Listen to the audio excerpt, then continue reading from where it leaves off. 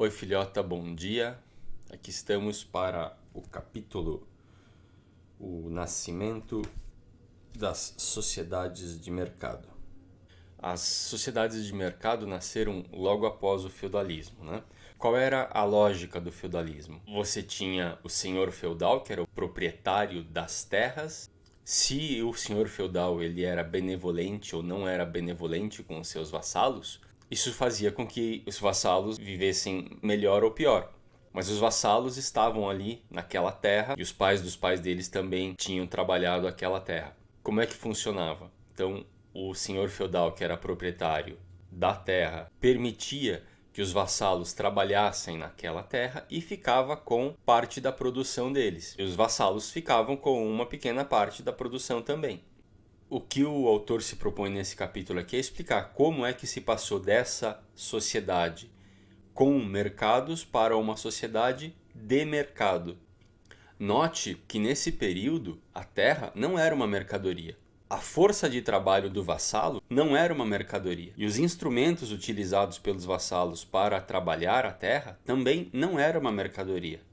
Eles mesmos ou artesãos que também trabalhavam para os senhores feudais em troca de comida é que faziam esses instrumentos. Então, embora todas essas coisas fossem bens, elas não eram mercadorias. O que aconteceu foi o seguinte: os chineses descobriram a bússola. Os navegadores europeus começaram a utilizar esse instrumento para navegar pelos mares. Vou ler um trechinho aqui do livro. Comerciantes portugueses, holandeses, britânicos e espanhóis carregavam os navios com lã da Inglaterra e da Escócia, que trocavam por espadas japonesas em Yokohama.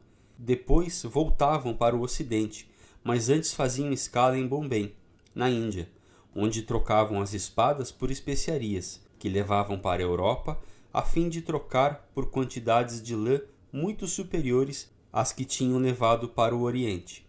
E assim recomeçava o ciclo. Desse modo, produtos como a lã, as especiarias, a seda e as espadas de aço tornaram-se mercadorias de valor internacional. Daí, os senhores de terra concluíram: para que eu vou ter um monte de vassalos aqui plantando batatas, beterrabas, cebolas, se nada disso tem valor no mercado internacional? Eu quero algo que tenha valor no mercado internacional, que é lã.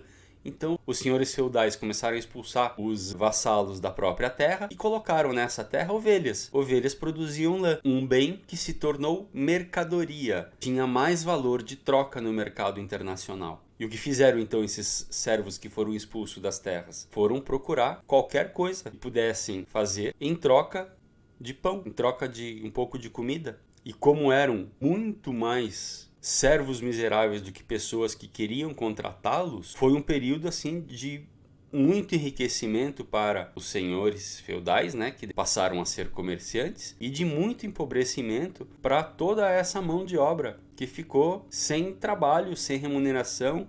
Eles não eram donos de nada, só eram donos da própria força de trabalho. O que eu gosto de dizer é, eles eram só donos do próprio tempo. A única coisa que eles tinham para vender era o tempo de vida deles. Então começou a se pagar pela força de trabalho dessas pessoas. Começou a se pagar pelo tempo que essas pessoas dispunham da própria vida para trabalhar para outros. Ou seja, o tempo de uma pessoa virou uma mercadoria.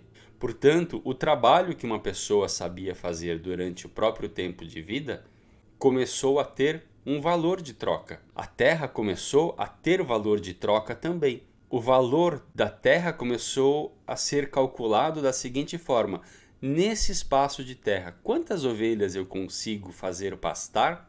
De quantas ovelhas eu vou conseguir extrair lã?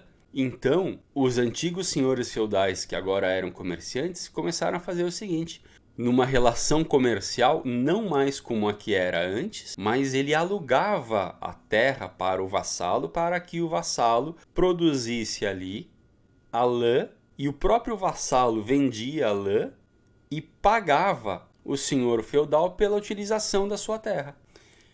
Yanis Varoufakis escreve assim em relação às preocupações dos antigos vassalos. Enquanto seus pais tinham vivido angustiados por saber se o Senhor lhes deixaria ou não uma parte suficiente da colheita para que não passassem fome no inverno, esses novos servos passaram a ter uma preocupação diferente. Conseguiremos vender a lã no mercado por um preço suficiente para podermos pagar o aluguel ao Senhor e comprar milho para dar de comer aos nossos filhos? Em outras palavras, preocupavam-se com o valor de troca do seu trabalho, ou seja, com o valor de troca da sua jornada, ou seja, com o valor de troca do seu tempo, ou seja, com o resultado disso, que era a lã, que agora eles produziam como inquilinos dos donos das terras.